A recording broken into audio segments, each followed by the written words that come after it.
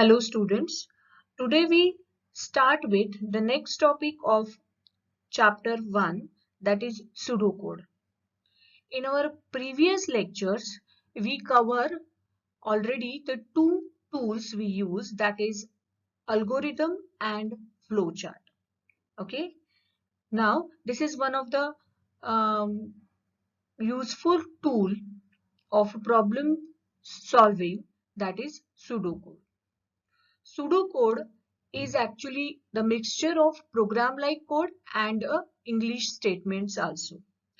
And it has a structure which is similar to the program, but it is more informal one. Now the definition of pseudocode is: a pseudocode is an informal, structured, high-level description of an algorithm or a program. So the difference between algorithm and pseudocode is the contains structured, high level but informal statements, okay, of the program. There are a number of conventions we can use for writing the pseudocode. The first convention is algorithm outline. The syntax for it is like this. We use the keyword algorithm, then name of the algorithm, then begin, and then the number of statements within after begin, and then end of the algorithm.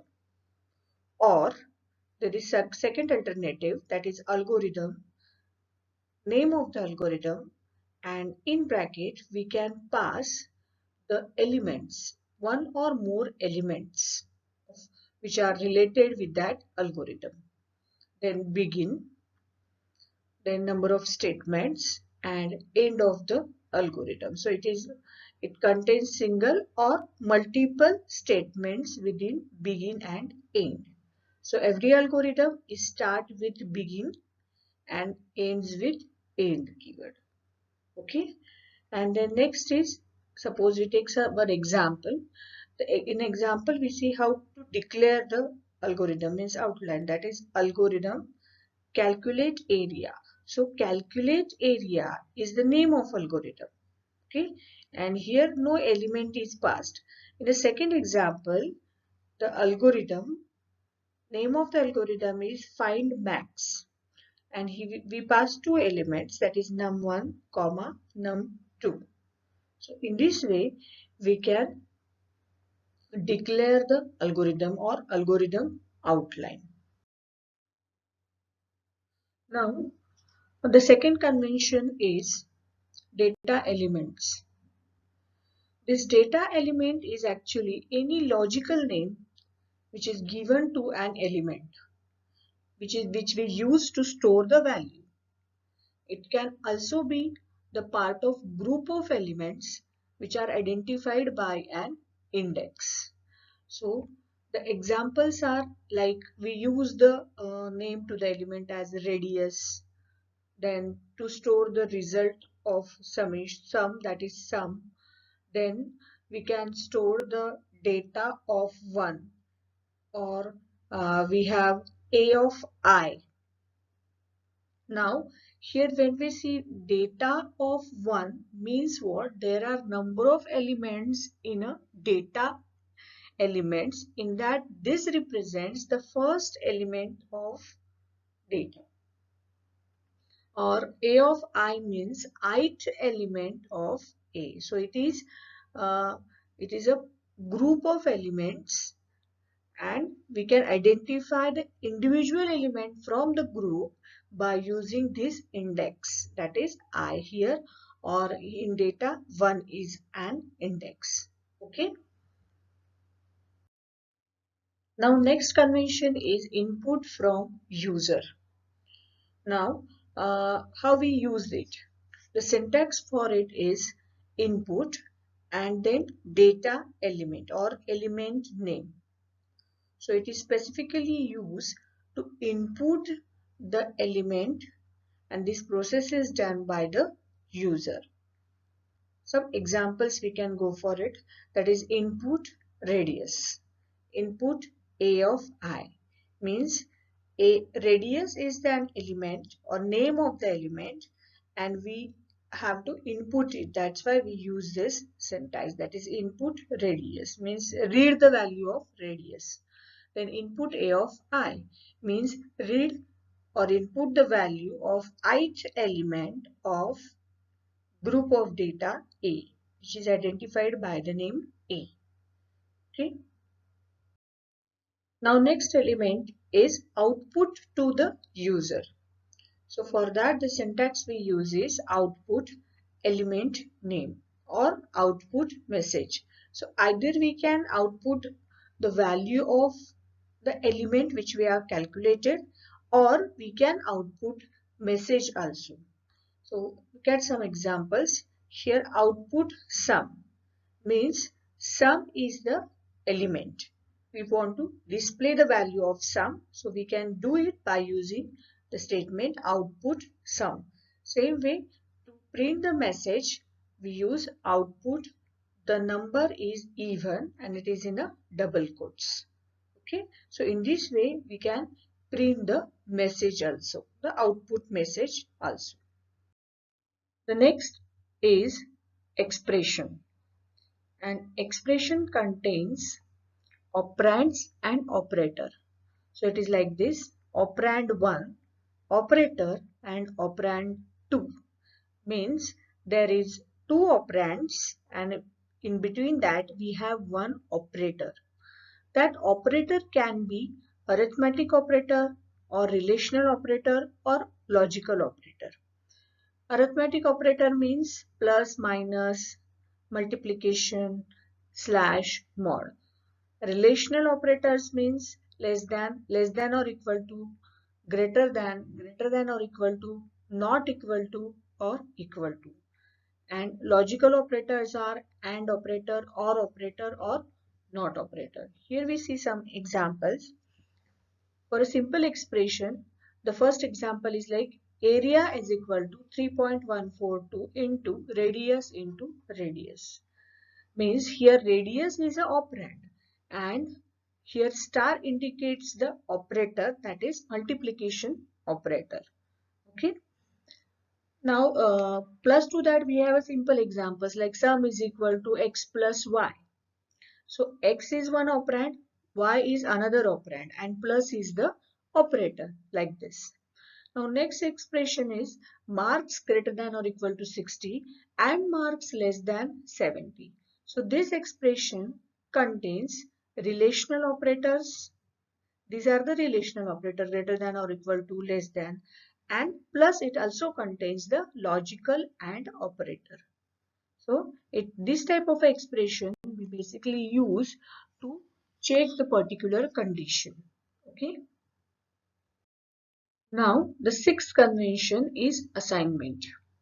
Assignment syntax is like this: variable is equal to value means either we assign the value to the variable or we assign the expression to the variable. That is, variable is equal to expression. For example, we can assign 0 to count, means count is equal to 0. Or we assign 0 to sum, that is sum is equal to 0. We assign 1 to num, that is num is equal to 1. So this is the simple assignment statement. The second is variable is equal to expression. So here sum is equal to num plus num1 plus num2 means sum is the variable and num1 plus num2 is an expression. So we assign the expression to the variable. So any type of a mathematical equation is one of the example of this assignment type of convention. Now the next convention is decision making. The decision making statements are used to take the decision according to the condition. So the syntax we use is if condition then the statement. Okay. So here if the condition is evaluates true, then the statement will be executed. Or we have a second syntax, that is if condition, then statement 1, else statement true. Statement 2. It means that if condition evaluates true, then statement 1 will execute. Otherwise, if the condition evaluates to false, means it goes to else part and statement 2 will be executed. Now the example. So first example is if marks greater than 60 and marks less than 70, then output the message that is first class. Okay. The next example is if your number is greater than 0, greater than or equal to 0, then output is positive, else the output is negative. Means in the first example, we considered only the true evaluation. Means if this condition is evaluates true, then this message will be displayed. And in a second example, we can consider both the evaluations. If it is true, then output the positive. Else, if it is not true, then output the negative. Okay. The next convention is repetition, which is used to represent the repetitive statements. The syntax used is like this. We use for syntax for this. It is like this, that is for variable is equal to value 1 to value 2 do. It means that we assign the initial value to value 1 and value 2 is the last value. Means suppose initial value is 1 and the last value is 10. Means value 1 is equal to 1 and value 2 is equal to 10 and do. So for x is equal to 1 to 10 do and then statement. So we are going to display the statement or execute the statements 10 times by using this loop. The second syntax is for variable is equal to value 2 down to value 1 do. Means opposite. And we are going to display the statement for these times. So it is in the reverse, means from second number to first number. So 10 to 1. So in this way we can use this repetition statement to print a particular value or execute the statements. Look at the example. Here example is for num is equal to, so num is the variable, 1 to 100. So 1 is first value and 100 is last value. Do. What we are going to do? We are just going to output the num. So first value of num is 1. Then it will be displayed. Then again goes for the next. Now num is increased. Now your num become 2. It will again display 2. In this way it repeatedly display from 1 to 100. The next example is for num is equal to 100 down to 1. Means it is in a reverse order. So first it will be display 100. Then down to means what? It deduct one element from this previous value up to 1. So first it will display 100, then in a next repetition it will display 99, then 98, 97, so on. In this way it will be used to print it in a reverse order. Now the last convention, it is also repetition, but there is difference between this and previous one. The previous repetition we can done for a fixed number of times, and here the repetition is depend upon the condition. Okay, so as long as the condition is true, the repetition is done. The syntax is there are two ways, that is top tested and bottom tested. The top tested is like this, while condition do, and then statements. Means here while your condition evaluates true, the statements will be get executed. Means to get this statement execute, the condition must be true. Okay, then the statement will be executed. If condition is false or when condition becomes false, the statement will not execute. This is top tested, means first condition will check and then statement will execute. The second way is bottom tested.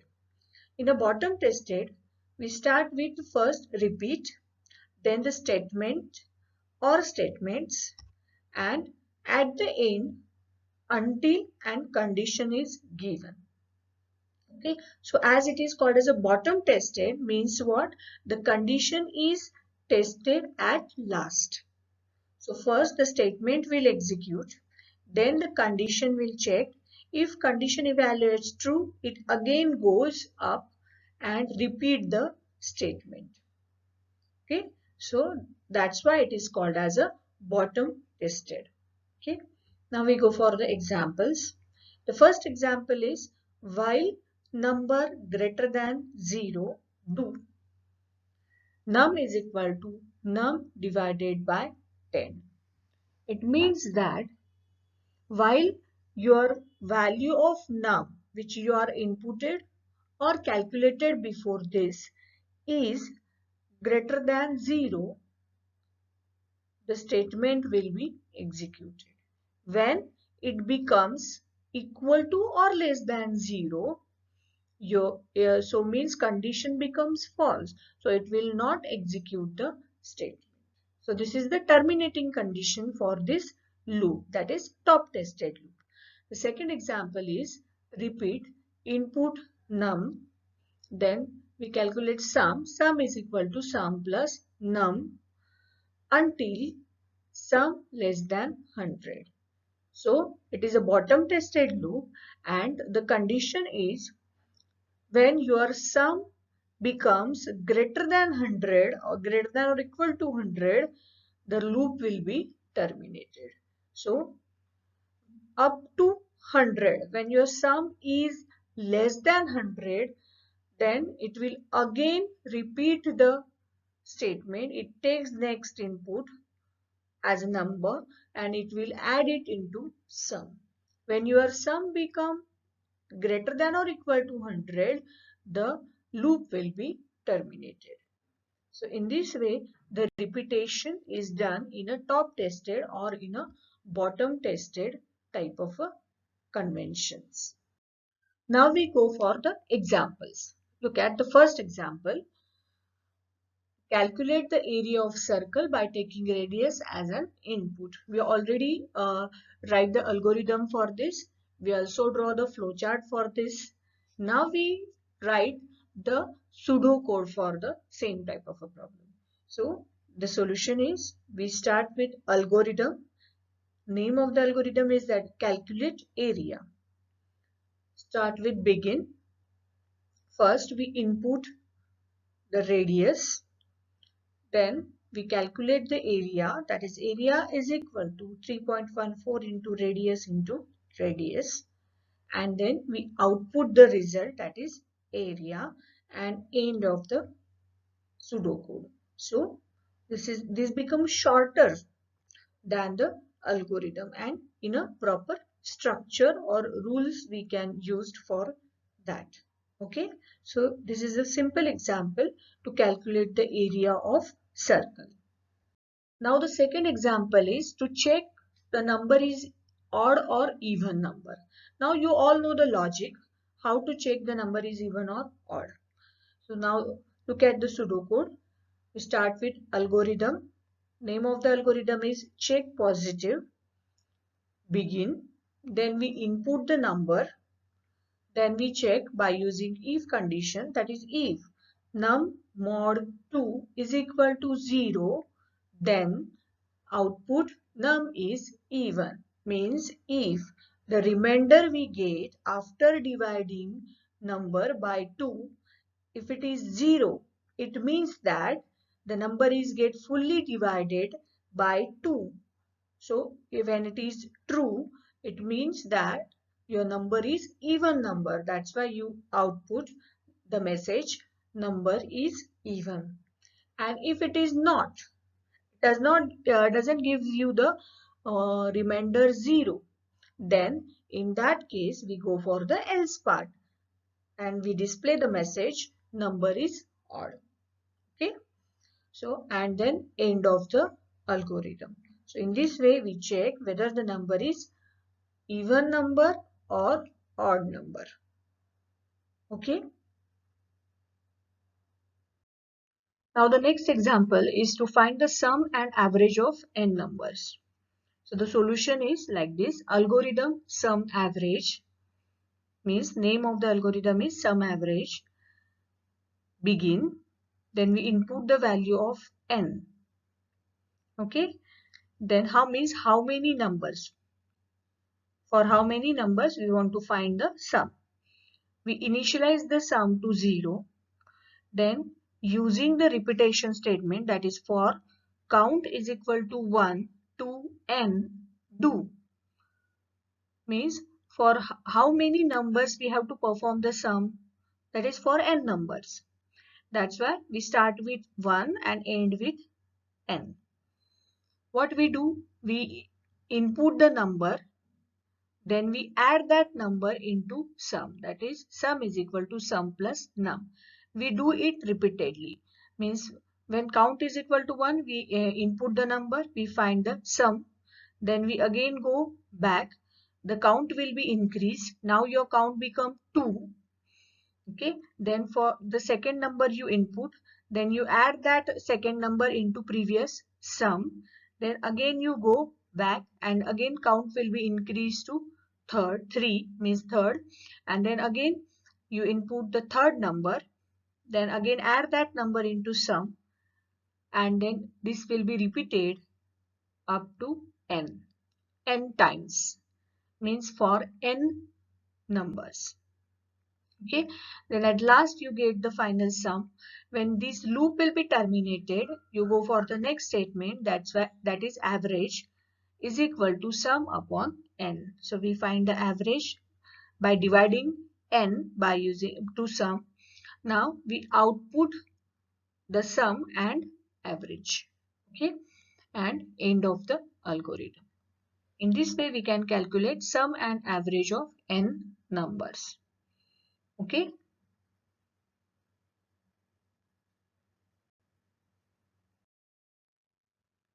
So these are the examples of pseudocode. Okay. Now we go for some advantages of pseudocode. In that, the first is it is more structured, isn't it? Means it if we compared it with the algorithm, then pseudocode is more structured as compared to algorithm. So it become easy to understand. Next is it is easier to convert the pseudocode into program because it uses some syntactical forms also. And the next is it is understood by any non-programmer also. Means there is no need to have a knowledge about the programming language structure. You can easily understand the pseudocode. And the next is the branching and looping can be easily written in a pseudocode. So this is the most useful benefit of pseudocode. That is, we can use the some branching statement or conditional statement, repetition statements. So it becomes easy to write the pseudocode as compared to algorithm. Now we go for some disadvantages. When we go for the disadvantages of pseudocode, we are going to compare it with the flowchart. So it is, as it is a text based and no diagrammatic representation is there. So sometimes it becomes difficult to understand. And the next is it is more difficult to express the solution in the form of pseudocode as compared to flowchart. So when it is compared with the flowchart, so it becomes difficult sometimes to express the solution uh, in a text-based format. So these are the disadvantages of pseudocode. Okay. So here we complete the topic of pseudocode. Okay, students. Thank you.